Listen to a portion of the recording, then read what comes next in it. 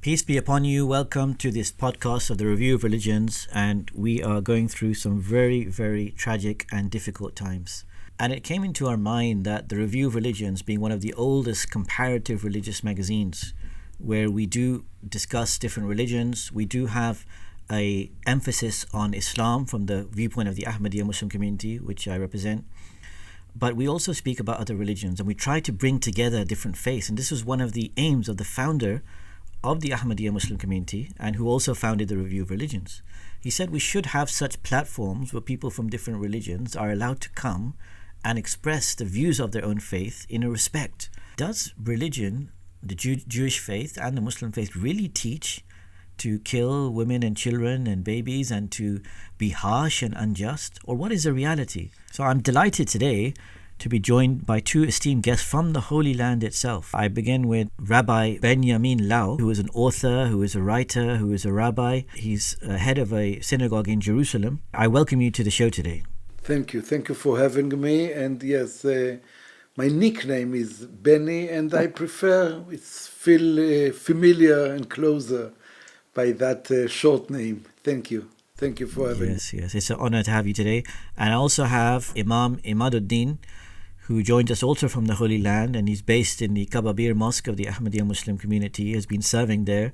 And I also like to say that he told me to refer to him as Imam Imad, so viewers know that I'm not disrespecting either of our esteemed guests, but these are their preferred callings. Imam Imad, welcome to the show. Peace be upon you as well. Assalamu alaikum. Assalamu alaikum wa rahmatullahi wa barakatuh. Thank you for having me. You can call me Imad as well, as you are comfortable. No, it's wonderful, and I hope that, and viewers can let us know at the end of the show, I hope I can hold further shows like this with rabbis, with priests and people from all faiths, and I think this will help create understanding on this platform of the Review of Religions. But Rabbi Benny, I want to start, and also Imam Imad, by just from the human level, the suffering we are facing, and we are of course standing against suffering of any kind, against the human lives being lost, which is touching many people. So can you tell us from your point of view a little about this suffering and anything you have to say about this, Rabbi Benny? We, the Jewish people, have an old history, very bad memories about what happened to Jews around the world over the history. My father passed away 10 years ago.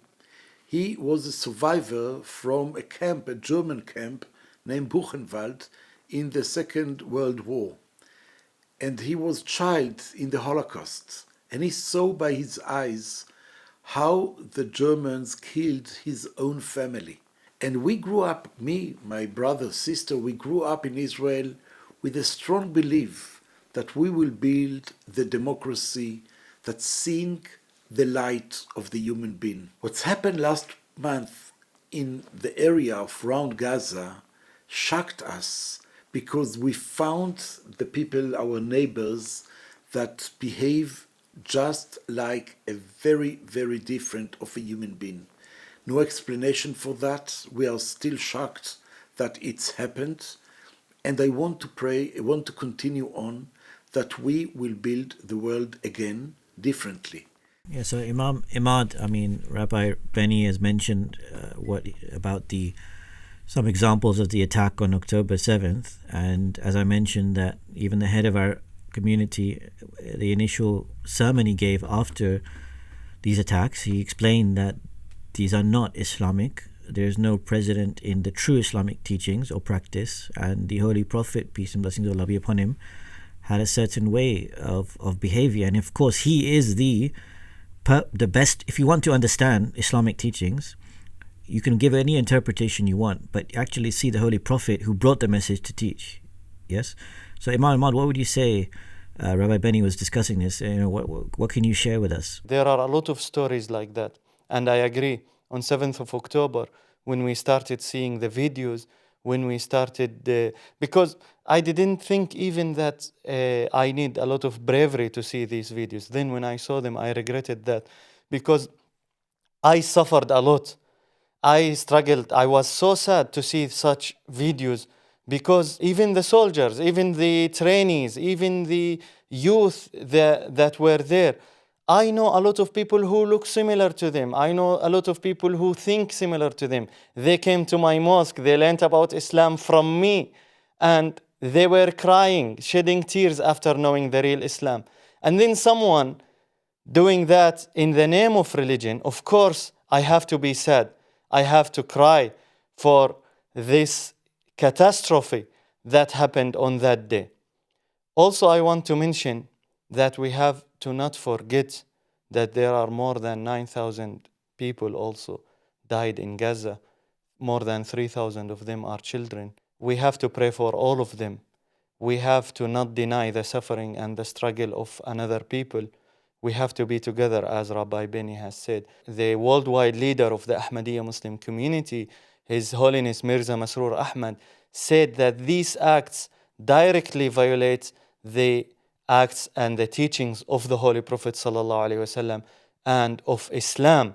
Islam that says, Man qatala nafsan bighayri nafs, whoever kills a soul. He didn't say a Muslim. He didn't say a peaceful soul. He said, Man qatala nafsan. Nafs, it's similar to the word, to the Hebrew word, nefesh. That means soul. Any human being you kill, كأنما قتل الناس جميعا. As if you have killed all the people. I grew up in the Israeli army. My kids, 5 of them now in the war, 3 in north, 2 in south. They are part of the what we call the Israeli army, who have the value of keeping the peace in the world. The name of our army, the IDF, is the Israeli defense, trying to defend the people. It's not something that want to do something bad to someone in the other side. But what I supposed to do, if inside the hospital, in Gaza, the Shifa hospital, the main hospital in the area, 1,000 people are stay in that hospital, needs help, doctors, all kinds of people. And inside that hospital, a massive numbers of terrorists from Hamas standing, putting the whole people like prisoners in that area. So what the army supposed to do?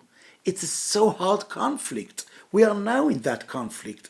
And if I will speak with the head leaders of that war in Israel, I will hear the same voice of be careful, don't do anything wrong to children, to babies, to women, to old people, to disabilities. Try to make your war against the enemies, not the people who are there because they are prisoners. But how you can do that?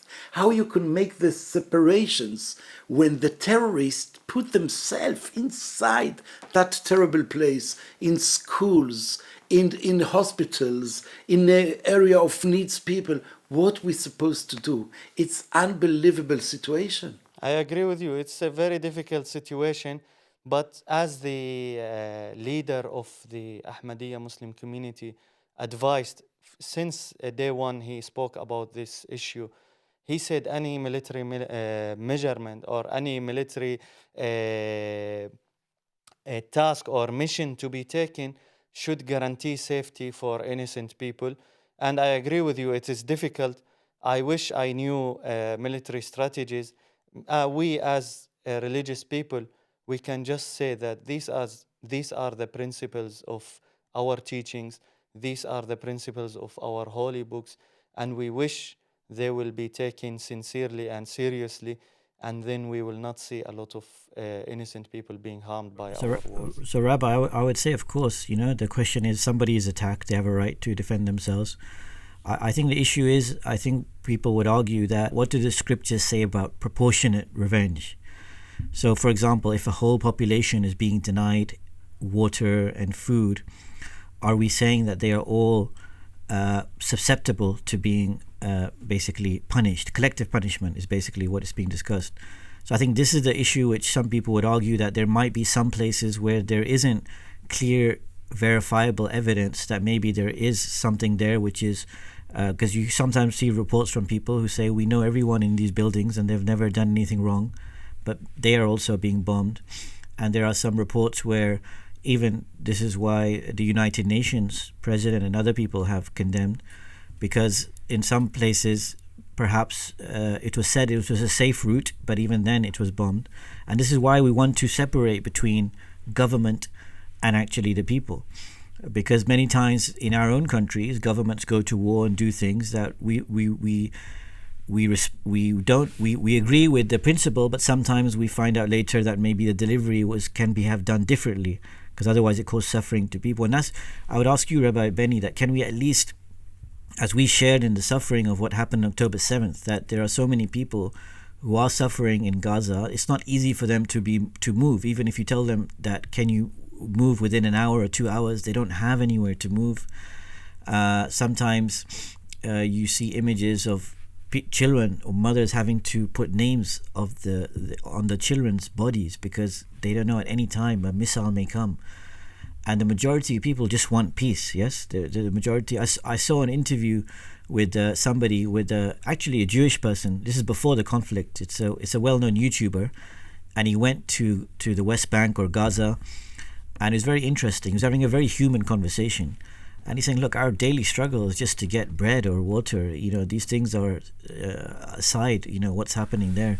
So I think there's two things. One is that we share in the human suffering, and also I will ask Imam Imad as well from the Qur'an, but also Rabbi Benny, that how much this is a discussion that's being held nowadays, how much retribution is allowed? Is it allowed to say that the whole population arguably could be attacked? Or if we say that there is a retribution, should we focus it a lot more to prevent this human suffering? Because the debate that's happening now is that the proportion is too much against the civilians. I must tell you that it's so hard situation, and I'm until now I'm praying a lot and I'm proud a lot about the willing and the trying that the heads of the army trying to help the citizens to go from north to south area in around Gaza. If you look carefully, they open like a path all way that lets people go and find themselves in an area that the Israeli army, it's very strongly keep that area without bombs, without fighting, like helping them to live temporarily. It's not for forever, but temporarily, somehow, with water, with food, with health. But it's not their own place in North Gaza. It's south, because they need to make strongly war in North area. Now it's difficult because we know that Gaza have the upstairs and we have the metro. We have the all city in levels down to the earth, and under the land they make a strong war against Israel, and the only aim for them, not religiously, but I don't know the reason, they made a decision from the first step to destroy Israel until the end. This is the aim of our enemies. What would the Torah say specifically in such circumstances? Does it say, yes, you should go ahead and you should be able to, in self-defense, carpet bomb or attack a whole place? Or does it have some limits? Does it have some responsibilities? Like Imam Imad mentioned that the Prophet Muhammad said that regardless of the situation in Islam, you cannot attack women, you cannot attack children, you cannot. So what does the Torah say so we can learn? What is the teaching in the scriptures? The Torah is very clear. We not allow, for example, to cut tree with fruits. We not allow. We're not allowed to kill animals if it's not something of the fighting in the war. We're not allowed to do anything wrong to a human being that is not part of our enemy. Of course not women, of course not children, babies, of course not disabilities. They are not an enemies. The enemy is just the people who try to kill you. This is our enemy. I want to say that when we learn in the Torah studies, in the religious studies, in our academy studies, in high schools, we are learning about moral values. And the Jewish values put on the top, it's forbidden to kill someone that he not try to kill you. It's not question. I want to include the majority of the Jewish people and the Israelis.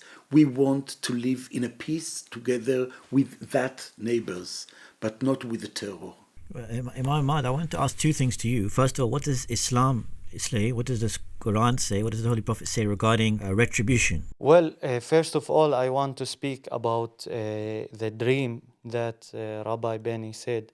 If this is the dream, then I appreciate it a lot. And I know that many of my Jewish friends share this dream with him. And I hope and I pray that may Allah fulfill this dream one day where we can be neighbors and be peaceful and work together towards the progress of the country, of the nations, of the two nations together. As for the retribution or the amount of retribution allowed in Islam Allah says clearly that no bearer of a burden can bear the burden of another. That means that no one should be punished for the work or for the act of another one. And also Allah says clearly that when we are punishing, we should know where we are punishing or who we are punishing, and we should be careful with that. And even it is allowed to stop the punishment or to not take the punishment. It's not obligatory for us to punish people if we see that there will be reformation in them. And this is in short the look of Qur'an or the perspective of the Qur'an towards retribution. But always God says, وَقَاتِلُوا فِي سَبِيلِ اللَّهِ الَّذِينَ يُقَاتِلُونَكُمْ وَلَا تَعْتَدُوا. And don't transgress. If you fight those who fight you, then you shouldn't transgress. إِنَّ اللَّهَ لَا يُحِبُّ الْمُعْتَدِينَ. Allah doesn't love or like those transgressors. Also, the Quran points out the teachings of justice all the time. Justice is very clear. What is justice? If you give me £5, I give you back £5 on time. But Quran takes us even more. Quran tells us that there is above justice, there is the word ihsan. Ihsan means to give more than what you have taken, or even give without taking. Why not? Why not forgiving people? Okay? If you see that there is reformation, it goes even further. It says that ihsan is not enough. There is another teaching called ita'i dhil qurba. Ita'i dhil qurba means to give more than what you took, or even to give without taking. But what is the difference between ita'i dhil qurba and ihsan, the stage that I mentioned earlier? In ihsan, I still feel in my heart that I'm giving that person because I'm a good person, or because these are the teachings of my religion, or that this is my mercy or my favor upon them. But Allah says, no, you have to go to ita'i dhil qurba, where giving humanity and forgiving humanity becomes part of your nature. Just like a mother gives her children without even thinking if that is their right or not. That's why the founder of the Ahmadiyya Muslim Community, His Holiness Mirza Ghulam Ahmad, the Promised Messiah, said that I love all human beings like a mother loves her children, even more. And he incited us to have empathy in our hearts. Empathy or muwasa is an attribution that if we leave it, we become animals. We have to feel empathy for our Jewish neighbors. What happened with them was clearly bad, and justice should take place, but justice on both sides. Because we're trying to come more onto the scriptures, really, or the religious teachings, so we can understand and whatever it is. So just before we come on to what Judaism says about justice, so from what I'm understanding, Rabbi Benny, and again, it's whatever the teaching is. If that is the teaching, then that should be followed. So can we say that it's the current approach is justified according to the Torah? Because I think what Imam Imad is trying to say, that according to the Quranic teaching, it would not be allowed to go beyond the limits of what was done to you, regardless of what was happening. Can we say there is a similar teaching in Judaism, or is it correct that what's happening now based on the Torah? Because the Torah is being cited as the inspiration often, as it is being done by the Quranic teachings, which we are trying to clarify. Going back to the situation and said, if the Torah happy, if God according the interpretation of the Jewish people, the leader, the rabbis, if God is happy about what He's done now in Gaza, it's a very hard question, because when you see so many thousands of people killed, who can be happy with that? No one. No one. You're not allowed to be happy with some, massive numbers killed. No one allowed to be happy. After saying that, I need to say that according the voice of God in the Jewish interpretation, when you see your enemy standing in a building and fight from that building against you, you must find a way to kill him. Because if you will not, he will kill not just you, but all you around. And when you do that, and he is using that building, you need to destroy that building. This is the Jewish law, very clear. And I believe that it's the law around the very, very moral world in the Western world, that you cannot leave your enemy exist using that situation. And we are now in that dilemma. And I can tell you from the very high level of the leaders in that war from the Israeli side, they do so many decisions, try to minimize the punishment of the people that not trying to do anything to us. It's very clear, they try. In the end, many, many terrible things happen in Gaza. And I cry to each one of them who passed away, who killed. It's terrible. And we pray and we dream and we hope that all that citizen will return back to live their own life.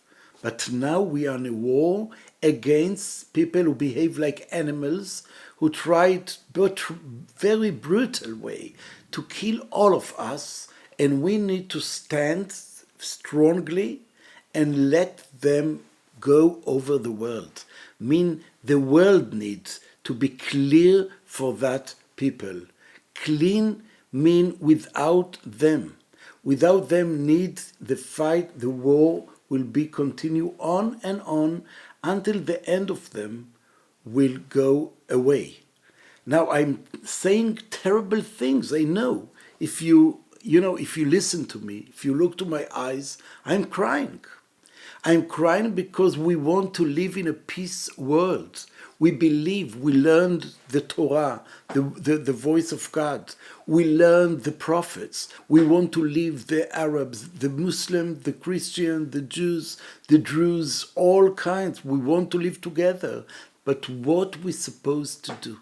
After 76 years in Israel, what we supposed to do with the massive, massive numbers, the leaders of Gaza waked up, tried to destroy us.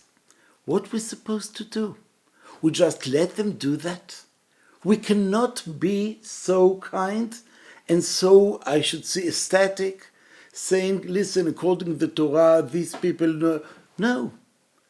We need to destroy the south of Gaza and to go deeper and deeper to the metro, to find each one of the terrorists and then help the world. Okay, that's very interesting. And I think it comes on to other questions that we can come on to about how do we know that the information we have is correct? How much does the religious teachings tell us to verify the information? Because there's so many conflicting news reports. Sometimes the report comes and later we find out that actually it was not the case. We find this in history as well. We found in the Iraq War, a whole war was fought based on the highest level of intelligence.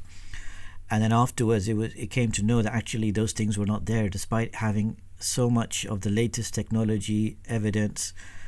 And then a whole country was destroyed and so many people had to die.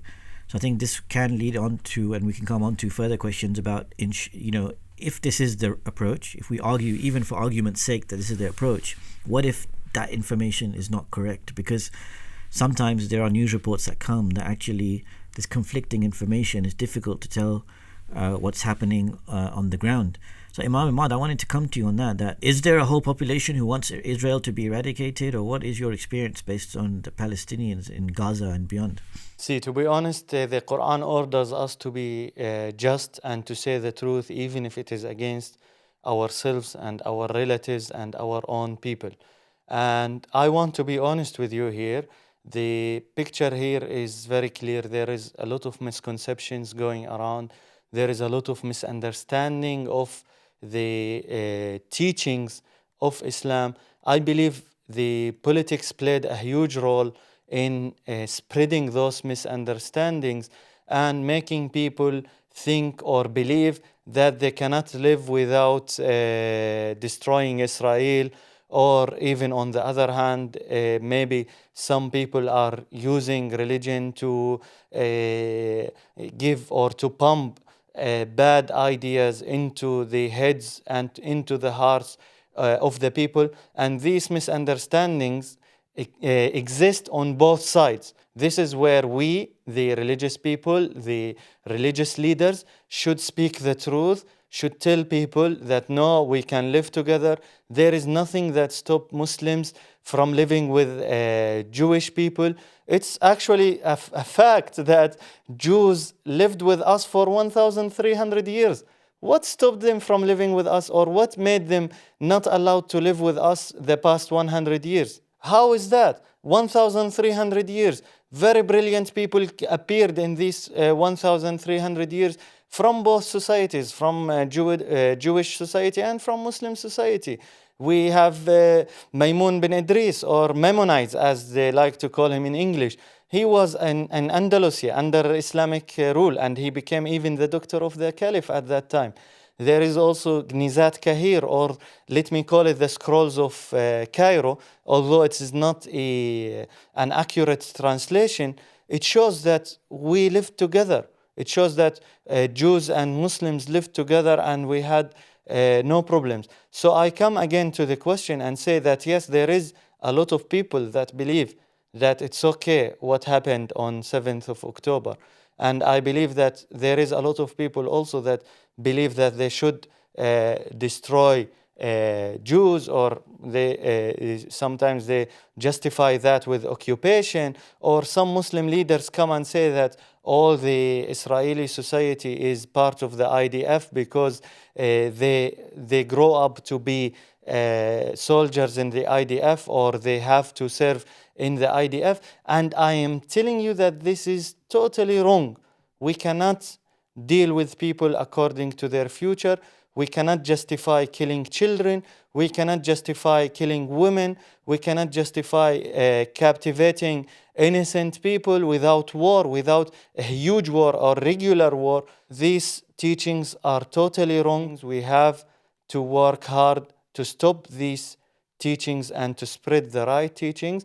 I'm sure some are being brainwashed or being taught that it is right to do so, to harm civilians or to kill all the Israelis in order to live on the land alone.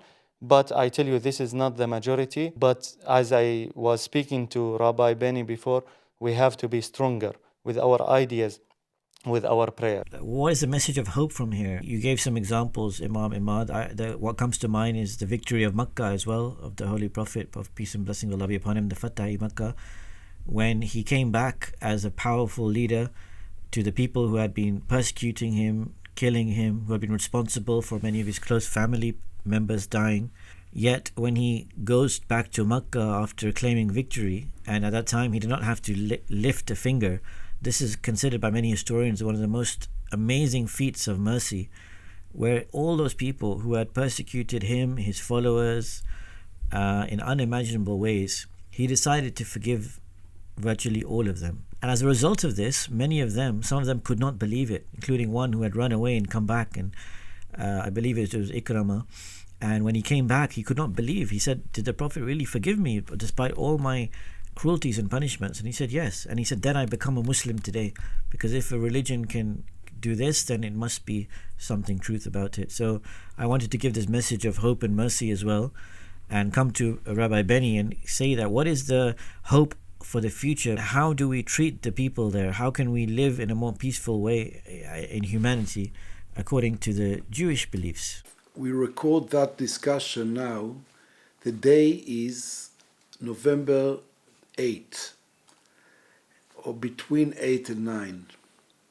Just to put it in the context, 85 years ago, just now, between 8 and 9 of November, had in the history one of the tragic in the Jewish memory. It's called in Germany the Kristallnacht, the night that the Germans, very brutal way, broken the whole glasses in the stores of the Jewish people in Germany. It was before the war, before the Second World War. In November 38, the war started in September 39. But they broken in overnight, and they fired the whole synagogues in Germany. They threw out the Torah and fired them. It was one of the tragic evening nights in the Jewish memory. So it's tonight, 85 years ago. When we came to Israel, we came to a Jewish land in the history, and we tried to build a democracy society. We tried to build a place who have place and room and try to collect everyone to believe that we can live together equally, Arabs, Muslim, Christian, Jews, Druze, all together in the same state under the same umbrella of law. Talking about the religious language of the Jewish people, the expectations is to live here together. Together mean we, the Jewish people, we don't want to do anything wrong to each one of our people, the others. We want to share the life with them like a good neighbors. We are now in the very immediate time. We are enduring a war, and the war is against the evil. And it's not just the evil against the Jews or against the Israelis. It's the evil against the world, against the human being. And you and me, we need to share the prey of find the world without that evil. And we can promise to each other that after that, we will build a new society. We will build a different world, living together respectfully. Respectfully mean everyone have his own place, his own style and needs, his own belief. We can do it together. But so far, we need to pray that the good willing will win in that terrible war against the evil. And after that war, we will pray together about the peace. What prayer do you have to end the suffering, to end this situation, and ultimately from both sides, regardless of what you think, they just want, the people on the ground, many people want peace and unity. This is essentially what every person wants. So what prayer can you end with, Rabbi Benny? I have in my mind many chapters from the Old Testament, from the Torah, and I will choose one of the chapters from Psalms, who said, I will start in Hebrew, Yehi Shalom B'cheilech, Shalva Be'armenotayich. Let's hope that we'll find a peace in our area, a peace and quiet in your palaces. Yehi Shalom B'cheilech, Shalva Be'armenotayich, and then continue on. Lema'an Achai Ve're'ai, Adabra na Shalom Bach, for my brother, for my all people around me, my family and not my family, I am looking for peace on you. And this is the most important prayer that I want to share with the all people, include all in Gaza, in other places in the world, and want to have the chance to live in a different atmosphere together in that area. One of the prayers is mentioning the attribute of peace of Allah the Almighty. It says, Allahumma anta salam wa minka salam tabarakta ya dhal jalali wal ikram. That, oh Allah, you are peace. I don't know how to translate that. You are peace, and from you comes the peace. So may your name, or may you be blessed and sacred. I pray this. I really pray that one day peace will come and will be established here, especially here, and of course generally in the world, because here is a land that is so lovely. I didn't know about this land before coming here. I really love even my Jewish neighbors, my Christian neighbors, my Druzi neighbors, my Muslim neighbors. Everyone here is so beautiful, so good to live with, except that there are many bad people who don't want us to live in peace, who don't want us to live together. I hope one day we will come over that and we will be strong together and we will achieve success in establishing peace. Thank you, Rabbi Benny, that you specially came from Jerusalem to Haifa to attend this podcast. I really appreciate that you took out time in such short notice. And Imam Imad, I thank you, although you didn't have to travel the distance, you were local, but still thank you for taking time. And for our viewers, this is a first of what we hope to be several shows. If you want us to continue and speaking to similarly to different religious leaders, do let us know in the comments. We tried to have this show more on religious lines, but invariably in different situations we end up talking about things like politics elsewhere. But we hope that you benefited from it. And once again, thank you for all the guests who are attending. Peace be upon you all. Thank you. Make sure to like, comment below, and subscribe to our YouTube channel and other channels for the latest content.